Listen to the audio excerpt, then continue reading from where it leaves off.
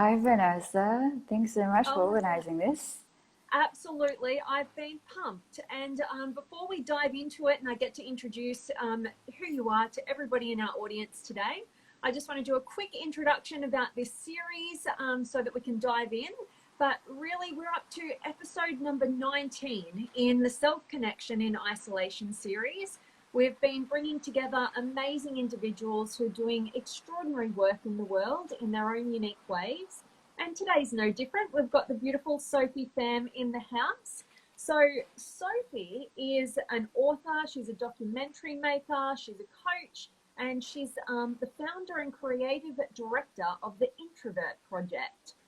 She also has a book, Pain is Potential, which explores the concepts of self-realization, self-actualization based on her own journey of self-discovery and spiritual awakening through depression, eating disorders, alcoholism, sexual abuse, and prostitution. Whoa, okay, we got a lot to talk about today. Oh my gosh. But I want to start with asking you, Sophie, what are you most grateful for in your life right now?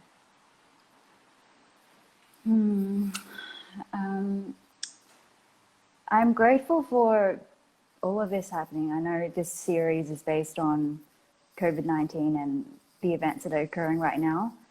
I think it's an amazing opportunity for everyone to slow down and reevaluate their lives and get honest about what's really important. And yeah, I think in the world that we live in with the constant doing, there's not enough time for that deeper reflection. So really grateful for what's happening. Oh, I love that. And it's a really good vibe to bring to this series as well, because, and I know, you know, the taste of your beautiful work that you do. I've had the pleasure of coming and attending a couple of your feminine love circles where women get to gather together. And oh my gosh, I would kill for that right now. Just to be surrounded in that beautiful zone of amazing women who are just so heart-centered and very deep and yeah, it's such a pleasure. So can I ask just to start with, like, what inspired you to bring that feminine, the feminine love into fruition? It kind of came about by accident. So at the Introvert Project, I've produced a program where I document people over 10 weeks to record their pursuit of their mission and higher purpose. And in 2018, I'd completed 4 of those documentaries and also put together what was to be a 3-day conference, 3-day festival. And that actually ended up falling apart right at the very last minute. So it really got me to look at what I was doing and how I was approaching life and my work. I got so much done that year, but it was a real hustle, you know. So I had to recover from that, and I decided to run the 10-week documentary program on myself early last year. And that really started with me reconnecting with the latent creative aspirations that I have. And that included reconnecting with music predominantly. And throughout this time, I was getting messages from women around me and when I was presenting, and women were wanting a space to be able to connect with just women. And this was really something that I had previously avoided, I guess, because it seemed in a way cliche for somebody like myself who'd been through a history of sexual trauma and then prostitution and all of this stuff to be singularly focused on women, and also not by choice or by choice, depending on how you look at things. All of my documentary subjects had been male at that time. So I saw this as a real good opportunity for me to connect more deeply with women and discover women's stories, and also offer what I have, in the way I've put myself together through everything I've been through, and contribute that in a safe space. Yeah. Awesome. Awesome. Yeah, that's so beautiful, because I, for one, am definitely very grateful that you created that group. And I know you do many other beautiful things, and your book and everything that you create and put out into the world. But I really resonate with what you say in terms of, you know, women connecting with other women, and, you know, particularly, you know, the hustle, you know, and I really, really find myself, you know, running an online business, and, you know, you go and learn from all these amazing people around the world. It is very masculine energy, very go-getter, you know, and I don't mind that. I kind of like that, and I like a bit of challenge and all that sort of stuff. But it's so, I didn't actually realize what I was missing totally until like finding myself in that space where it was just like, oh, it just felt like just like a big hug. I don't know, I'm sounding all like, you know. No, but that's thank you exactly for saying that. Yeah. Yeah, I do. Yeah, a number of women actually do say that. They say that they didn't realize that they were missing this aspect of themselves that, was offered in this space. So thank you so much for. Oh, it's just the truth. Just the truth. So I want to take you back, and you know, I've been wanting to get to dive in and ask you a bunch of questions. So I'm feeling like today will be a bit more conversational. We'll definitely bring in some angles with COVID as well, and I'd love to hear your perspective. But I also want to, you know, kind of go back to when I first met you. Was at a Tony Robbins event. It was my very first Tony Robbins event. Was it the same for you, or actually it might have been. It was my second, I think. Was this Date with Destiny where we met? Yes. Yeah. Okay. So it was my second as well. Yeah. Went to UPW earlier that year, and I like, we were both in such different positions in our life at that time. You know, I was on the pathway to become a lawyer. Thank goodness I got myself to Tony Robbins and woke myself up to the wrong path. But tell us, or share with people, you know, even if you want to go further back than that, about, you know, I think it would be really powerful to unpack a bit of your story and share, you know, your journey to who you are now, and doing this beautiful work and helping people discover their purpose and live to their potential right now. But, you know, maybe based on knowing a bit more of your story, you know, I'd love for you to tap into a bit more of that journey and your transition to become the woman that you are today. Absolutely. So, in terms of my upbringing, my childhood, I guess, you know, it all starts there for every one of us, right? And we're brought into life with a certain program or environment in which our beliefs and behaviors are conditioned. So I was brought up in a home with a father who was battling with heroin addiction when I was young. And this obviously brought about an environment that was slightly unsafe and uncertain within the home. And my parents separated when I was 9, and my mum and I ended up moving in with my sister's family, with her partner and her 2 kids at the time. So the quality of security was not quite there, and there was an experience of lack of independence as it came about in the household. So that was sort of what was presented to me, and witnessing the relationships that were within my family, it really showed me that, or what I took in from that was that relationships weren't really real. People were interacting with each other in a service level way that was navigating life for, I guess,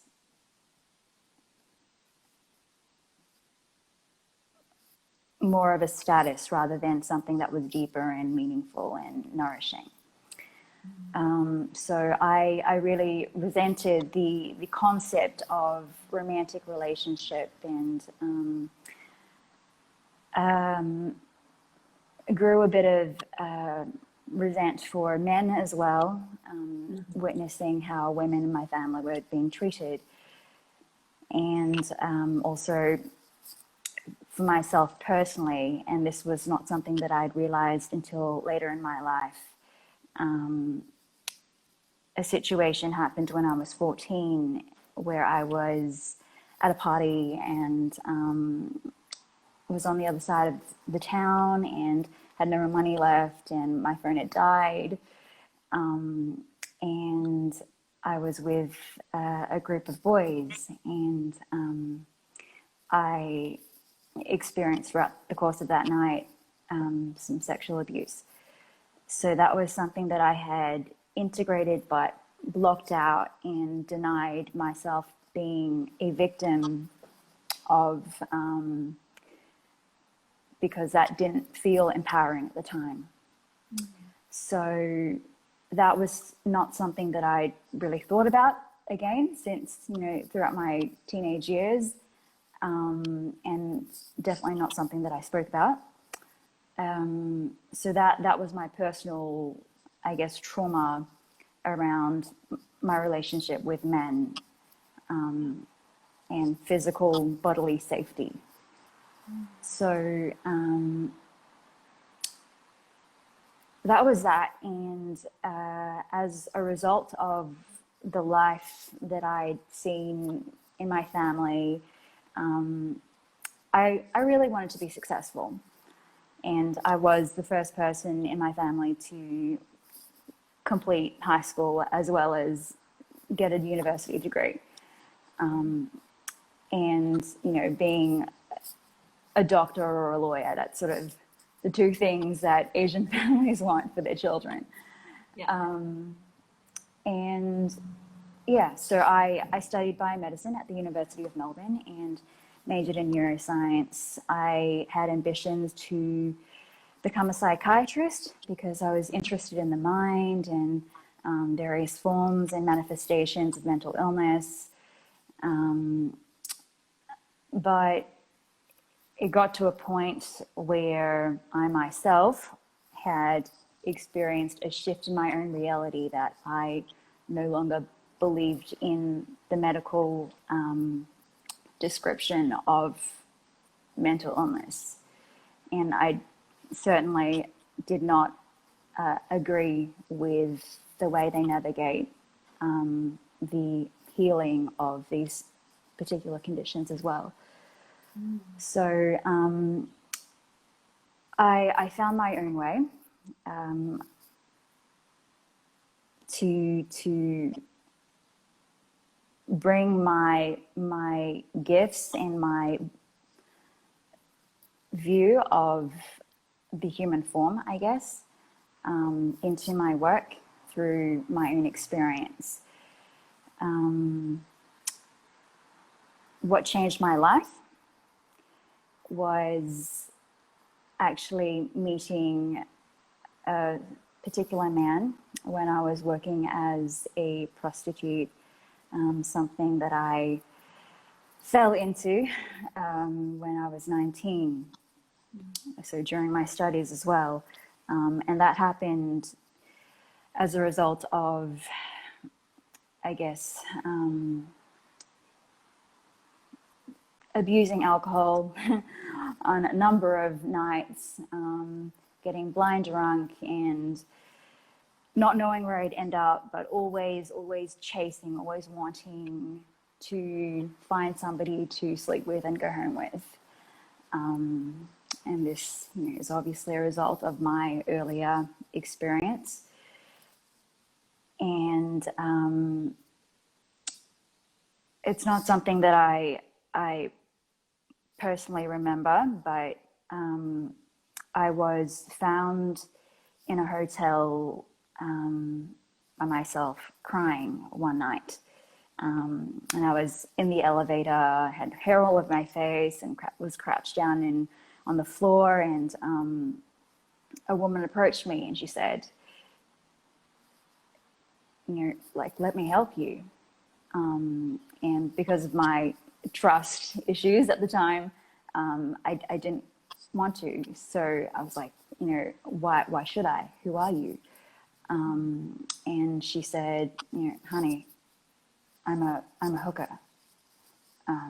So for some reason, there was a sense of safety in that particular dynamic, and I did go with her.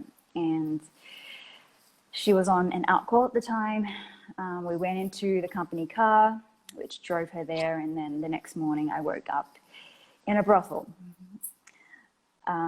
So that's sort of how things started. I was invited to work there, and even though I was smarter and better than that, I thought, and I knew, of course, I could make money doing this thing that was supposed to be, empowering. And yeah, it was interesting because I left thinking that absolutely no, there's no way that I would do that. But I did have a think about it because at the time I wasn't engaged with my studies. I was just getting by, and I was really prostituting myself already in a pretty unsafe way, being intoxicated and not knowing where I'd end up each and every night. It seemed like a safe option for me, and to get some financial reimbursement for that energy seemed like a pretty good deal considering where I was at. So that's sort of how things started. But I was mentioning how the big shift in my life happened. And this links nicely to how you described our own connection through Tony Robbins. It was just after Date with Destiny in 2013, the Tony Robbins conference, and there, possibly like yourself, Vanessa, with the intention of getting some clarity around my career, because that was going to be everything that was going to save me.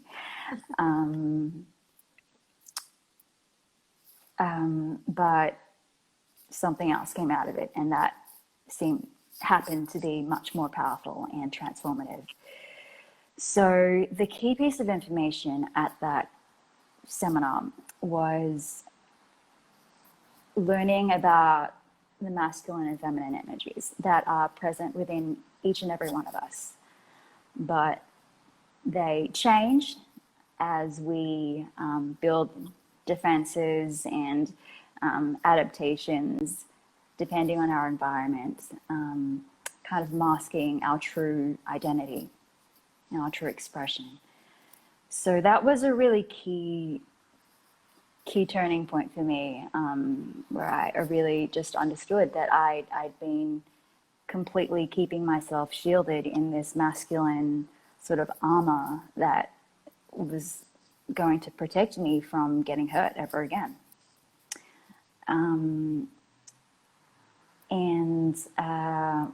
It just happened to be on relationship day that I received a message from this man who I'd developed a bit of a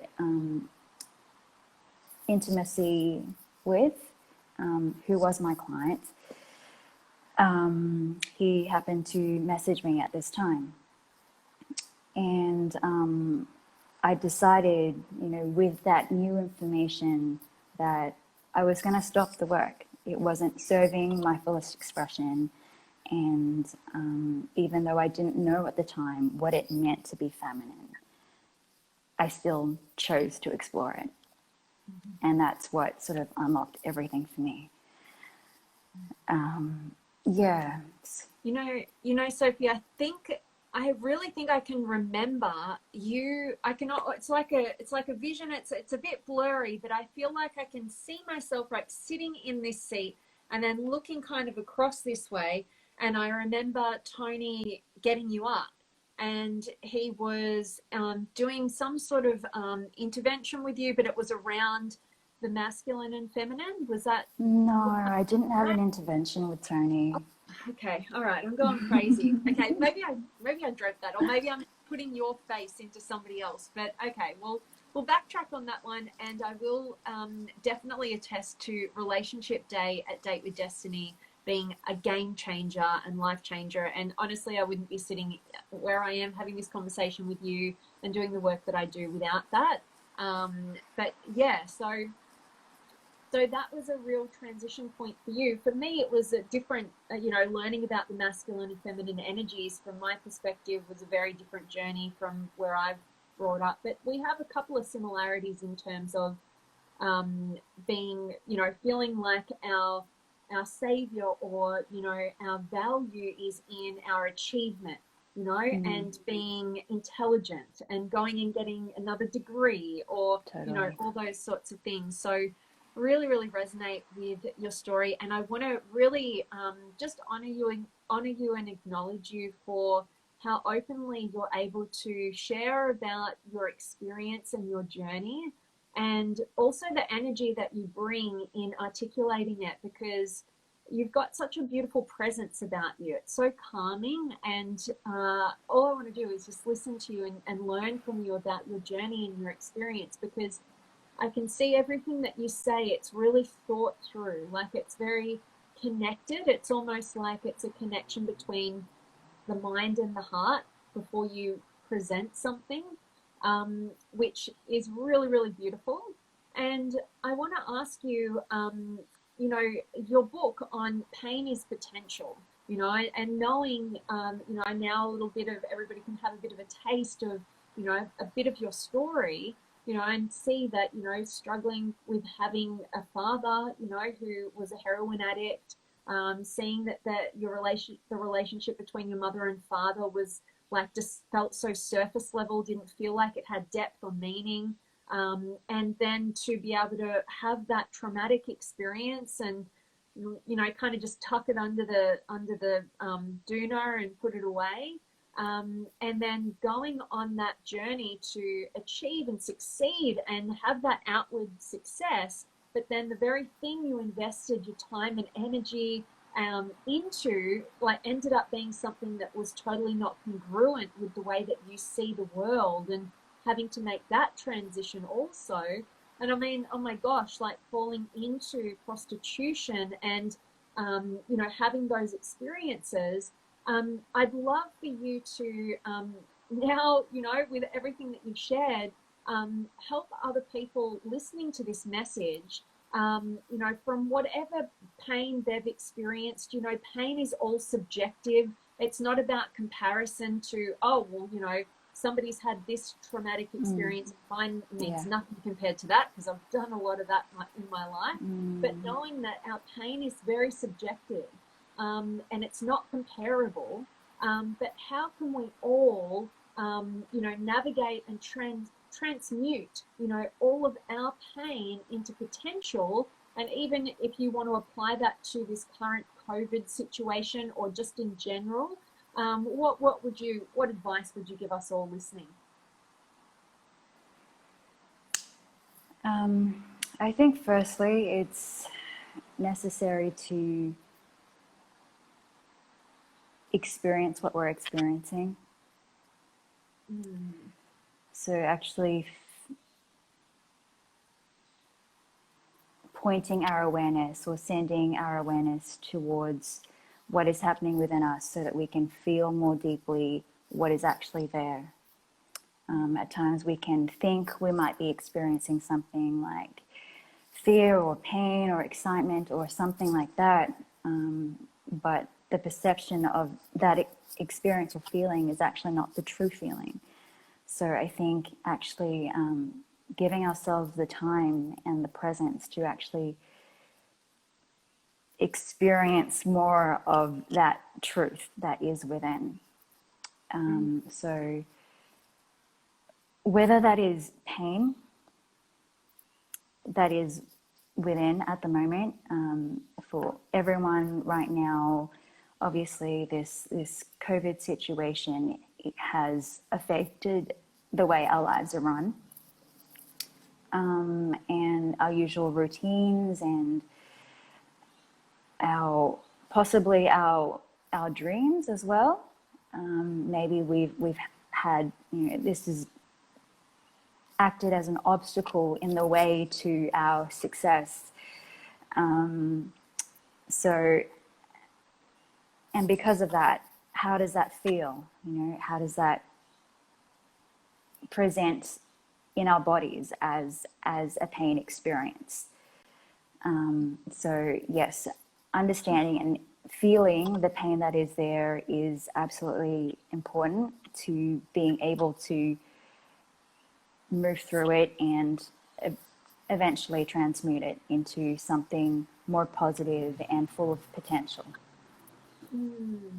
I feel like, Sophie, you've hit on a really golden nugget, and one that I'm personally actually learning a hell of a lot more about in my own life, and making some realizations that in my past I learnt, from quite a young age, to switch off from my feelings, switch off from my emotions, because they were going to get in the way of me creating harmony in a combative environment.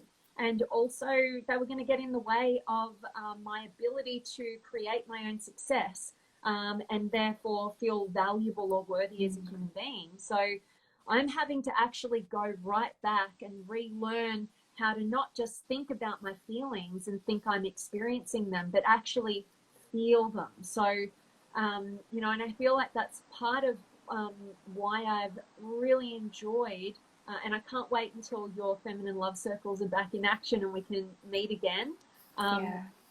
Because they do bring that element of, hey, just slow down, get out of the hustle and the busy thinking mind, and that masculine energy, and reconnect with the body. Because every time you do that, and every time I say I've done that, it's allowed me to move through and find the wisdom from that emotion, rather than kind of hold it back, and then it's just always there and there's something not quite right, and then you've got to get more and more busy to cover it up, and then suddenly it's like, you've been holding this beach ball under the water and then it explodes and you just don't even feel connected to yourself at all. So I think that's such beautiful advice for all of us. And I know you've got some techniques and strategies. What would you recommend if somebody listening to this is like, okay, yeah, I'm afraid of maybe feeling what I'm really feeling, or I just don't quite know. I think I'm feeling, but that's the problem. I think I'm feeling. What would you suggest for people to maybe start a process even today after they listen to this session? What they could be doing to connect more fully to their feelings and their bodies? As a really simple practice, you could ideally carve out some space for yourself to sit in stillness without distraction or disturbance. So find a quiet space where you can experience more of what's there. And whilst you're sitting in this space of stillness and silence, quietness,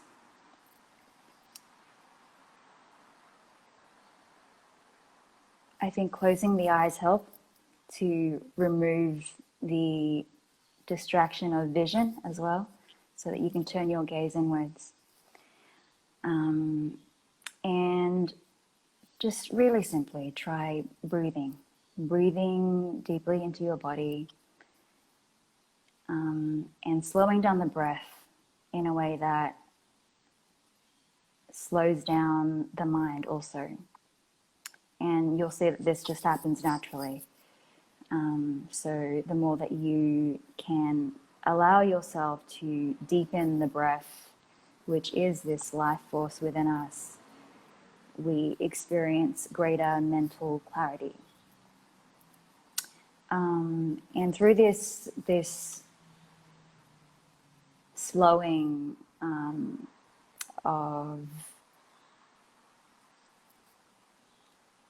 energy, I guess, and deepening of presence, we are able to experience the felt feelings that are there more clearly. Beautiful. Beautiful. I think that's really, really perfect. And we all want simple, right? Because there's a lot of people out there telling us what to do right now. And, you know, it can be a bit much and then nobody takes any action. So really, really powerful process, what you just mentioned for all of us. And I also want to hear your perspective, you know, through your lens of the world, through your experiences. You know, and I know you kind of touched a little bit on this when I asked you about what you're grateful for right now, but I'd love to hear you share a bit of your unique perspective on the pandemic sweeping the globe right now. And I know something that's so beautiful about what you can share is from this place of higher wisdom. It's almost like taking a little bit of a meta perspective on, like, where is this going? It's kind of a little bit more looking beyond the current environment to where we're transitioning to. So what are you seeing and what are you feeling about the pandemic sweeping the globe right now?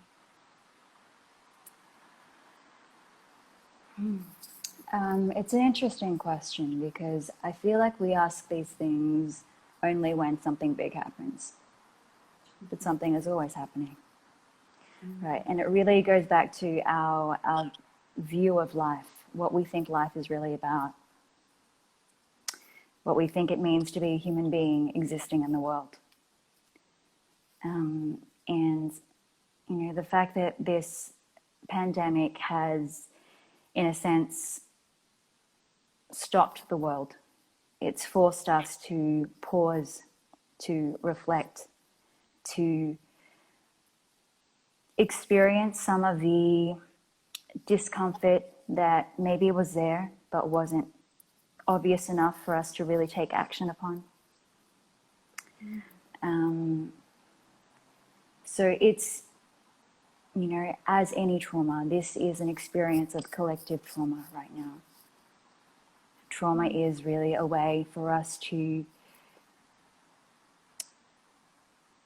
feel into what's important to us personally, but it also gifts us with a particular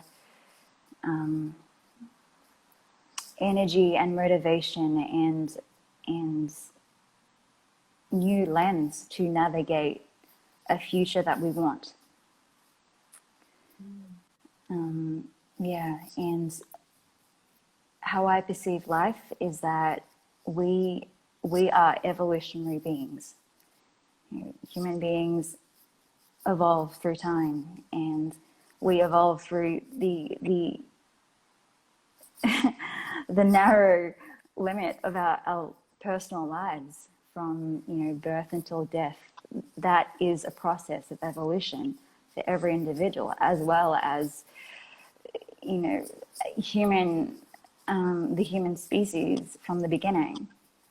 We are evolving, and everything that is occurring is adding to that evolution.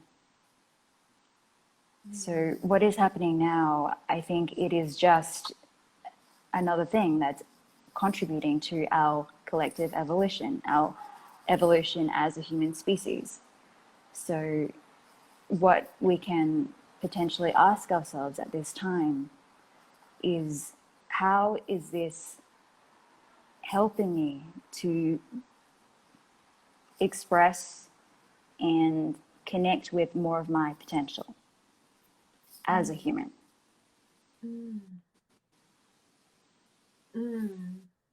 That's awesome, Sophie. And yeah, I really love what you just shared for us all then. And, you know, I'm really resonating on a personal level with what you just shared then, because as of this coming Monday, I will have been, you know, by myself. I'm back here in Melbourne. I did move up to beautiful Noosa, and ended the relationship that I was in up there. And then as Queensland borders were closing, I had to make kind of a decision. Oh, do I stay up here and potentially get locked up here, or do I come back home to Melbourne and have my family and friends and surroundings here? And I made the decision to jump in the car, drive 2,000 kilometers, and do that. And yeah, as of Monday, it'll be 6 weeks that I've been here, and I've actually been by myself. So first time I'll be seeing family is this weekend, like tomorrow. Wow. So yeah, and it's been a real journey for me to notice, like you said, those subtle things that you weren't quite even aware of, and to realize on a much deeper level how much I have used my intimate relationships as an escapism from dealing with the bigger stuff, that has actually been preventing me from stepping further into my potential, and doing the things that I'm really inspired by. So I'm like in the midst of that journey right now. So on a very deep and personal note, I really resonated with what you just shared then about this time, and knowing that trauma and the things that we do as escapisms that we're not even conscious of until those things get kind of locked away from us. It's actually, like you said, that gift to wake us up to what we value and to what we're inspired by, and give us the energy and fuel to make a change. So really appreciate what you're sharing with all of that. Thank you so much for sharing that, Vanessa. Yeah, and absolutely. This vulnerable experience that you're going through right now. Super inspiring and helpful for so many people, I'm sure. Oh, thank you. I appreciate that. And yeah, I mean, I've kind of built everything that I do on sharing my own personal struggles and challenges, that's why I so appreciate what you share and what you contribute from the same sort of place. It's really powerful to share your humanity, with the world. So really appreciate that.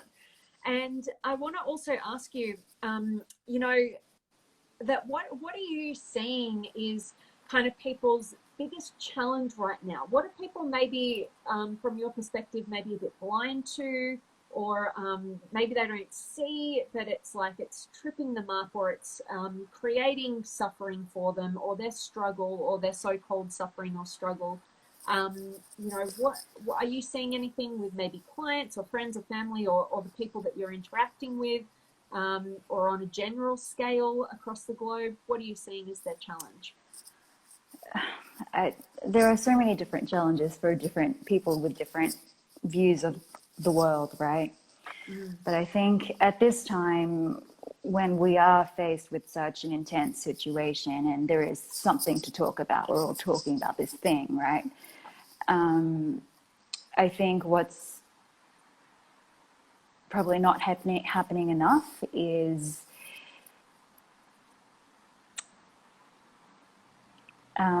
paying attention to your personal experience rather than what's happening out there in the world, and which people to blame, or what groups of people have been doing the wrong things, and all this stuff. I think what's important to create change, and also what's definitely more tangible and real in a sense, is focusing on our experience that's here right now. Something that's here in the present moment in our bodies around us. Like, this is what we can manage. This is what is actually true because it's here. And that's not to say that we can't, imagine a greater world that emerges from this, or perhaps, think of ways that we can contribute to the people who are suffering in society right now through this change. What's most important, and firstly important, is our own realities. So protecting that space and and getting to know what's happening here before we go out there. You know what I mean? Definitely, definitely. So yeah, and I love that because, and that's something I've personally had to train myself to do, because I'm much more focused on the external than I am on the internal, being more extroverted, you know. So I think that that's a very good message, you know, to help people to reconnect from the inside out rather than the outside. And from that place, you know, that they're going to have a higher sense of control and order from, you know, we're surrounded by chaos right now. Like there's, you know, there's not real any changing of that, but we can mitigate it through our own internal stability and how we're showing up. And so, yeah, I think paying attention to your own personal experience, which is the only thing you're ever going to be able to really control, is obviously going to be the best outcome if you do want to make a difference, you know, and you're seeing a lot of people challenged around you, instead of being focused on what other people are doing wrong and trying to save people even or whatever. It's more about, like you're saying, manage that personal experience, and from that place you're going to be able to, you know, show up in the best way. So beautiful share. Thanks so much, Vanessa. Yeah, absolutely. You summarized that beautifully. Oh, good. I love it. And also, you did, yeah, I think you did mention a question. I think was how is this situation with COVID, you know, helping me to express and be more connected to my potential or my purpose? Is that something that or do you have anything else that we could be kind of contemplating, you know, in this time where we're kind of at home and we've got this time to create deeper space with ourselves and deeply connect with, like you're saying, our personal experience, our feelings, and be asking ourselves bigger, better questions to get those quality answers. Is there anything else that you feel we could be contemplating right now that would support us? I think, yes. So I think we should be first connecting with our deeper discomfort. And through doing that, hopefully we can begin to imagine or envision a more fulfilling future for us. So whether that's a personal future or a collective future, I think this is a really important time to be doing that. I think that's perfect, because a lot of people, you know, what you've said is very actually profound, because many people forget to acknowledge where they are, and then they just want to focus on what they want to feel like or on where they want to go. But they've neglected to actually find and pinpoint exactly where they are right now. And so trying to get somewhere that from a place where you don't even know that you are is, you know, it's so challenging. You could be anywhere. How are you going to navigate? How are you going to drive your car to the point where you want to get to when you don't even know where your starting position is?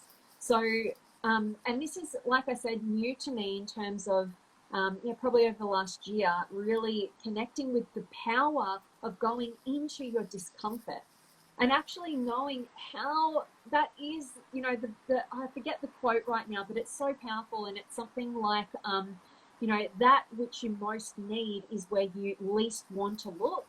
I forget who says this. I heard it from Jordan Peterson, and it's so true. It's like the very thing that you're avoiding is the thing that will set you free. And it's that discomfort of exactly where you are in your own personal experience, not filtering it through the external world, but actually really connecting with that.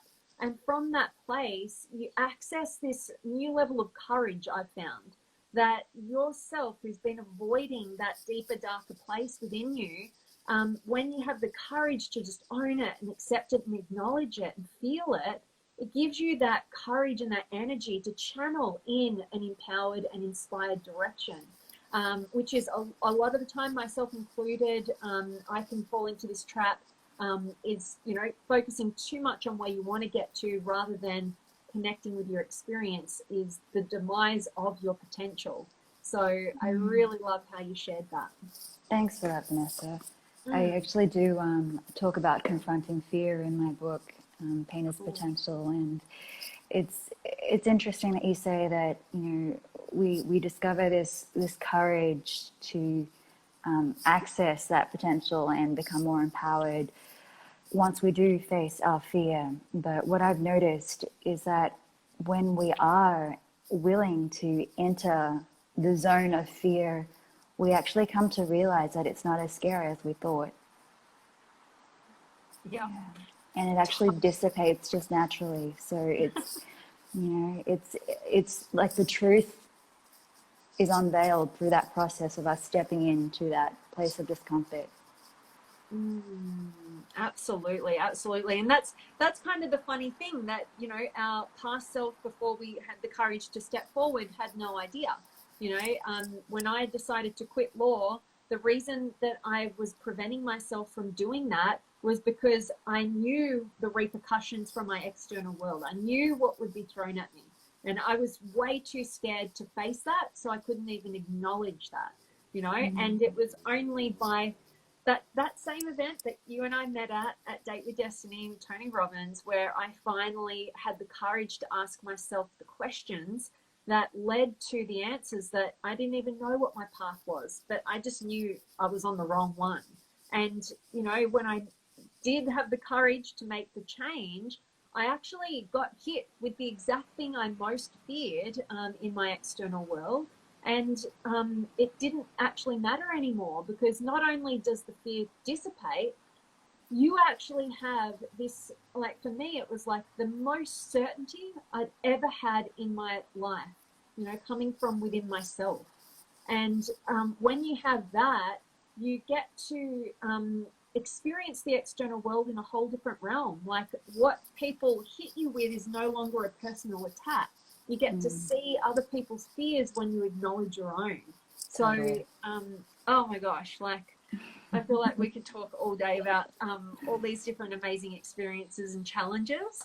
But I want to be respectful of your time and conscious about how Instagram chucks us off. So we've still got a little bit of time left. I know we've had a few comments, and also I would love for you to be able to share with everybody where they can be connecting to you, how they can get your book, all that beautiful stuff. So as I just scroll back through the comments, would you like to share with everybody where they can connect more with you and the work that you're doing? Absolutely.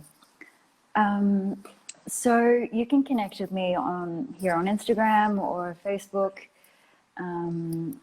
I do run our Feminine Love Women's Circles once a month for the full moon online now. So if that's something that you'd like to explore, then definitely jump in and join us. I'm also running a book club next week. So that's going to be hosted online over 5 days, 3 evenings, 2 days, where I do a live reading. So I read you the book and also guide you through the exercises that are within the book, as well as the meditations that support your transformation of pain into potential. And if you'd like to grab my book, it's also available on the introvertproject.com.au. And it's a really simple, easy, short, practical guidebook presented through my story around how to connect your personal experience with what your greatest gifts for the world are. That's beautiful. And I'll have everything linked up in the recording once that goes across the platform, so everybody can be definitely checking out more of your work. And I'll look forward to joining one of the Feminine Love Circles online while we have to. So I'll be keeping a lookout for your next one with that. And something popped up for me. I know we've still got, just less than 10 minutes. So I feel like we have time, and I feel really called to ask you this question. Based on your experience and knowing that, you know, everybody, at least here in Australia, I know it's pretty similar across the globe, you know, we're in these states of lockdown. We've all heard that suicide rates are apparently going up. We've all heard that domestic violence and abuse is going up. People are falling into their addictions because, of course, they're escaping from their challenges and not knowing how to handle or deal with that. And, you know, through your own personal experience of being a child who had a father who was an addict, who you've experienced abuse, and the challenges in the relationship that you grew up looking up to, what words would you have for people out there who might find themselves, you know, in a challenging position, either with something like a domestic violence or addiction? I know this is a huge question that I'm asking you, but kind of just whatever pops up for you that you feel would be valuable to share. Find someone who you can trust to talk to. Yeah. Yeah. Mm-hmm. Someone who you can share everything you're experiencing in a way where you don't feel that you have to censor anything. And allow yourself to be supported during this time. That's beautiful. And yeah, I can feel how much that's coming from your experience there. And, you know, just a question for that, like, was that woman who found you in the elevator, was she your first kind of confidant, or was, was there something else? No. Okay. No. My best friend from high school was somebody that I could always speak with. And that's been a really beautiful teacher. She's been a huge teacher for me, in a sense of providing a safe space without judgment, even for all the crazy stuff that I did with my life. And yeah, just being there always. That's beautiful. Awesome. And shout out to her. What a beautiful savior in your life as well. So yeah, so important. I really want to just back and second what you said in terms of finding somebody, and you just need that one person, you know. It's more about the quality, not the quantity. You know, to have that safe haven where you can be the full expression of who you are and what's going on for you without judgment is just so powerful. And I feel like, yeah, I know I keep talking about it, but I feel like your feminine love circles are a space where you've created that. And it's very, very special, because every time I've come into that environment, I've not known anybody except for you, and just felt that just straight through walking through the door, just that safe environment, non-judgment, just love and care and being heard. It's just such a beautiful space. So I highly recommend anybody to be checking out your groups. And Renee here also said, he just said, so true, such an amazing experience in Australia since the end of February, away from the normal in the UK. Yeah, and we've kind of, I think it's kind of in lockdown until July or something, probably. So that's interesting. And Eleonora says, so beautifully worded from both of you. Really relate to all of this. Thank you, Vanessa and Sophie. You're so welcome. Thank you, new Eleonora. people. So lovely. And Coles has said to Sophie, are you in a relationship now? Were you able to settle your trust issues? No, I'm not in a relationship now. So that's probably another interesting little thing about me. I've not yet been in a committed relationship since it wasn't a relationship with this man who I had love for when I was working as a sex worker. But he was a really profound connection that transforms my levels of trust for men. And still to this day, I have so much love for him and so much appreciation for the men who show up to be, you know, to hold space for women. Yeah. And it's because of my life circumstances, perhaps because I've been on this real mission to contribute my story and my efforts to the world. That hasn't manifested yet, but who knows? I love that. And, you know, I think it's really important to have that self-connection and also, you know, all of those experiences that you've had. And I really second, you know, I too, at a different event, had an experience with a stranger, actually, who was able to step into his masculine power. And this is, I know we've only got a few more minutes left, and this is a whole nother topic that I think would be super interesting to dive into with you.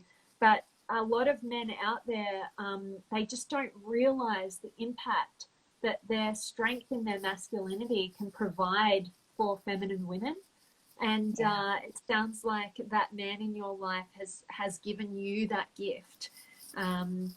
So, you know, and I've had I've had an experience of that, nothing like, you know, your experience with this man. Obviously, this is just a fleeting moment with a stranger, but gave me such a gift of just being that masculine presence who could hold that full presence, that space and that openness to, to just feel that sense of safety and security in that presence. So beautiful. And Cole says, is it mainly to do with your first 9 years? I think, is that you? Is that related to trauma or conditioning? Not too sure what he's meaning there, but we've got the countdowns on. And Coles is loving it anyway. So I just want to take a moment right now, Sophie, to again acknowledge you and honor you for the beautiful woman that you are, for all the work and energy and effort that you put towards contributing your gifts and transmuting your pain in potential so the world gets to benefit from all that you share. So really, really want to honor you and send you all my love and gratitude for showing up and giving your time to us today. Thanks so much, Vanessa. It's been a pleasure. Absolutely. Thank you for you showing up and creating the space and opportunity for people to learn and feel connected as well. Love it, love it, love it. And Cole says the trust issues, I guess, because, the first 9 years of your life, the trust issues were from that point, he's asking. I think different people, different schools of knowledge believe different things. Personally, I don't have any limitations as to when lack of trust is ingrained into our belief system. It can happen really at any point, depending on when our trauma presents. But obviously, when we're younger, we're more sensitive to incorporating those beliefs. Awesome. Sophie, I could talk to you all day long, and there's so many rabbit holes I want to go down with you. So maybe we'll catch up again at another time and take another angle. But I've absolutely loved this time, and I just want to thank you and thank everybody who was able to join us today. Hope this has been valuable to you. Thank you so much, everybody.